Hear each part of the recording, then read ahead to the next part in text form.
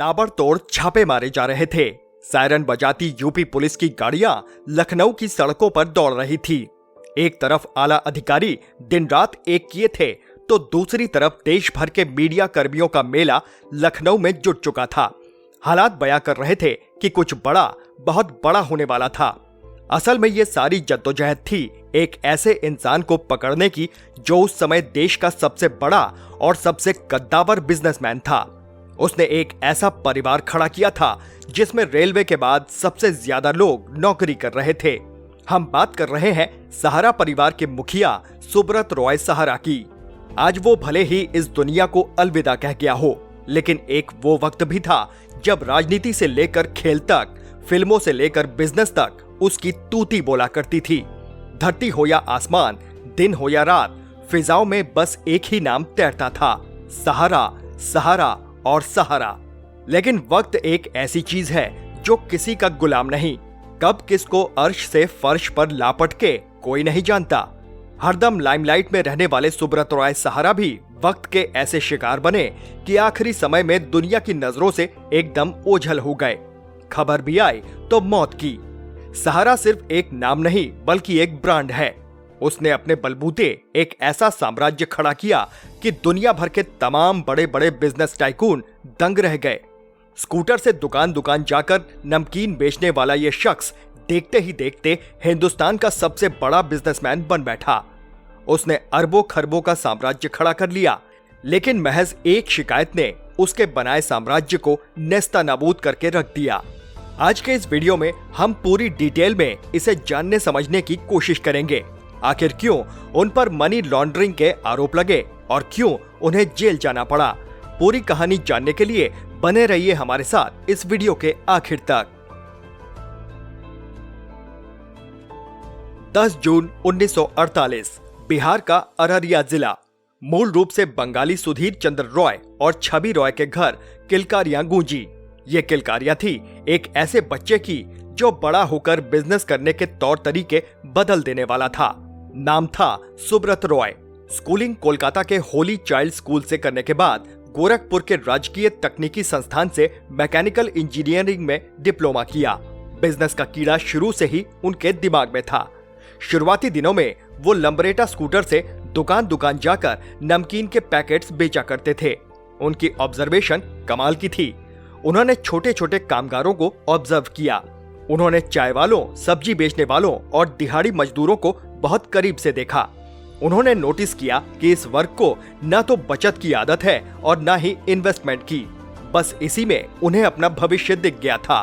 साल 1978 में उन्होंने गोरखपुर में ही मात्र 2000 रुपए की जमा पूंजी और केवल 3 कर्मचारियों के साथ एक कंपनी की नींव रख दी, जिसका नाम था सहारा इंडिया परिवार। सुब्रत रॉय ने सीधे निचले तबके के लोगों की नब्ज पकड़ी। उन्होंने लोगों से कहा कि वो उन्हें केवल 1 रुपए रोज दें और बदले में वो उन्हें अच्छा रिटर्न देंगे। स्कीम लोगों को इतनी पसंद आई कि लोगों ने अपना पैसा तो लगाया ही, अपने जानने वालों को भी इसमें पैसा लगाने के लिए मोटिवेट किया। देखते ही देखते ये कंपनी तरक्की की डगर पर चल पड़ी। फाइनेंस से होते हुए company infrastructure, real estate, health care, media, entertainment, IT, airlines sector तक जा पहुंची। साल 2004 में टाइम मैगजीन ने सहारा परिवार को इंडियन रेलवे के बाद भारत का सबसे बड़ा एम्प्लॉयर माना। वहीं साल 2012 में इंडिया टुडे ने सुब्रत रॉय को भारत के 10 सबसे प्रभावशाली व्यवसायियों में शुमार किया।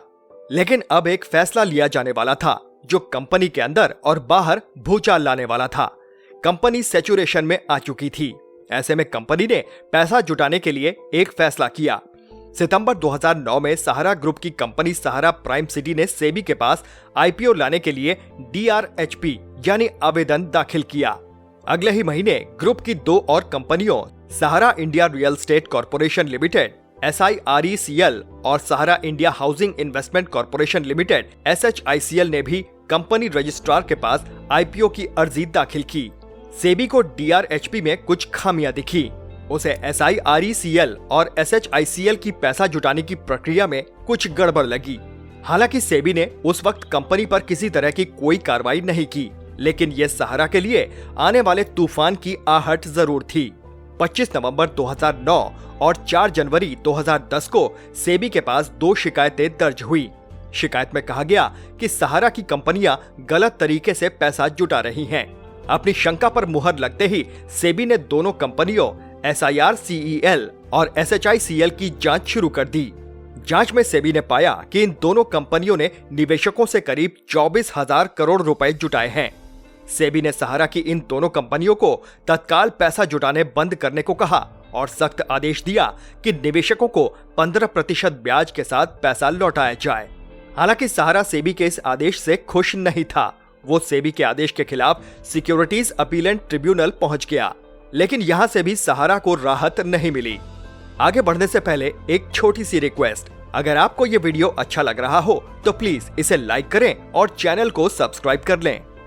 और इसके बाद शुरू हुआ अदालती कार्रवाई का दौर। मामला इलाहाबाद हाई कोर्ट से होता हुआ सुप्रीम कोर्ट तक जा पहुंचा। सुनवाई के दौरान इस बात की भी संभावना जताई गई कि सहारा ग्रुप द्वारा काले धन को छुपाने के लिए बड़े पैमाने पर मनी लॉन्ड्रिंग भी की गई थी। माननीय कोर्ट ने जब कंपनी से फंड का सोर्स पूछा, तब कंपनियां कोई संतोषजनक जवाब देने में विफल रही थी।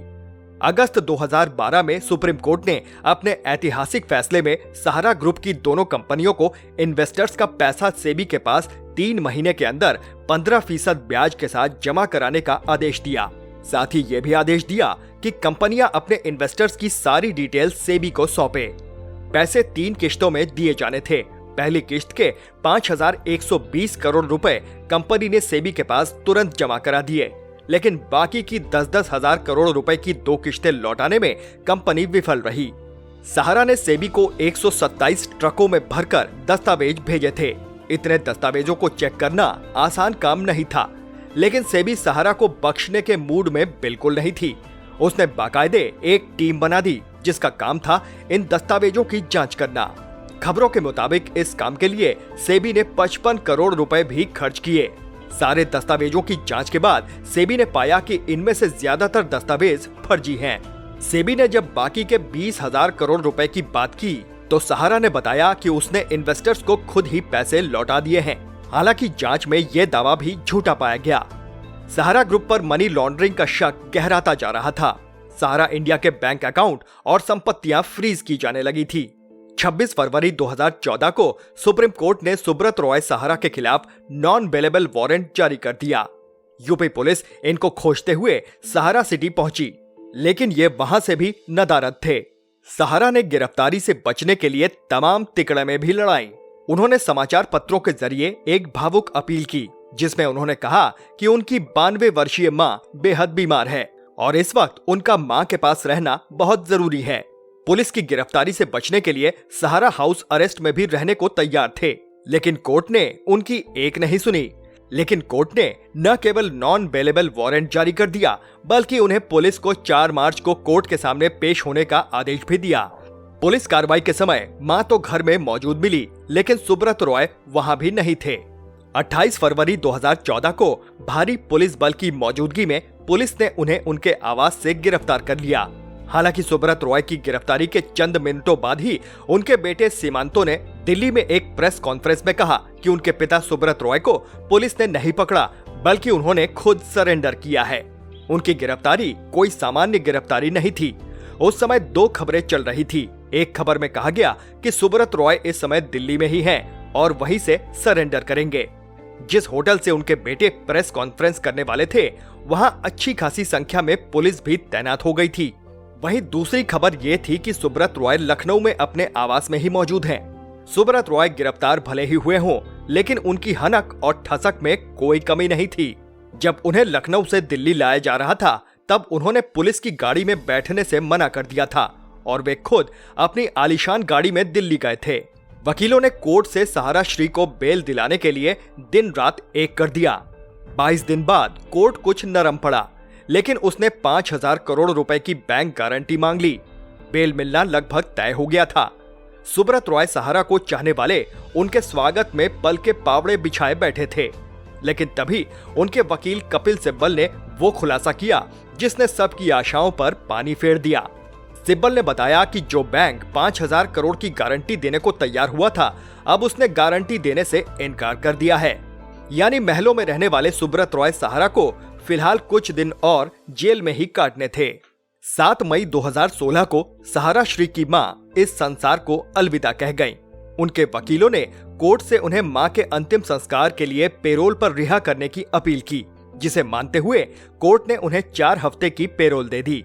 इस तरह सुब्रत रॉय सहारा करीब 26 महीने तक जेल में बंद रहे। हालांकि इसके बाद उनकी बेल को 24 अक्टूबर तक बढ़ाया गया। हैरानी की बात यह है कि तब से उनकी बेल किसी न किसी आधार पर बढ़ती ही रही। सेबी की 2020-2021 की एनुअल रिपोर्ट की माने तो 31 मार्च 2021 तक सेबी के पास सहारा के 23,291 करोड़ रुपए हैं, जबकि अभी तक सहारा ने इन्वेस्टर्स को महज 125 करोड़ रुपए ही लौटाए हैं।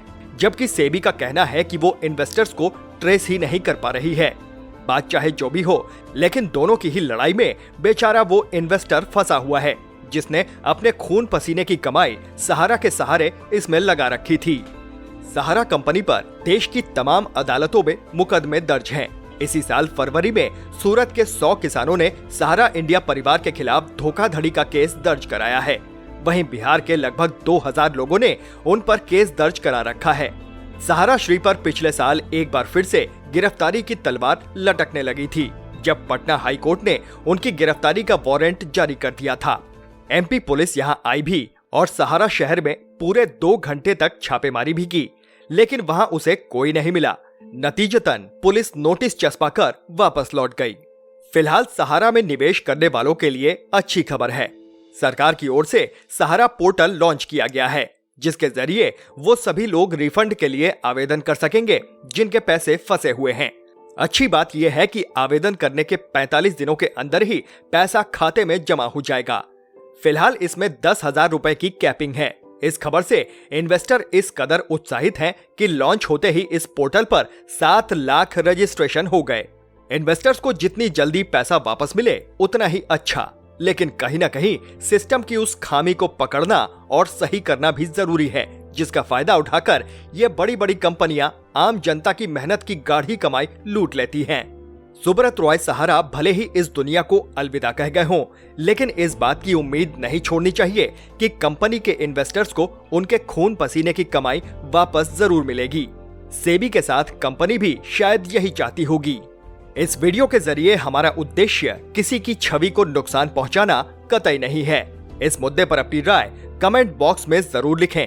वीडियो अच्छा लगा हो तो लाइक करें और ज्यादा से ज्यादा शेयर भी करें। चैनल पर नए हैं तो सब्सक्राइब करें। फिर मिलेंगे एक नए वीडियो के साथ। नमस्कार।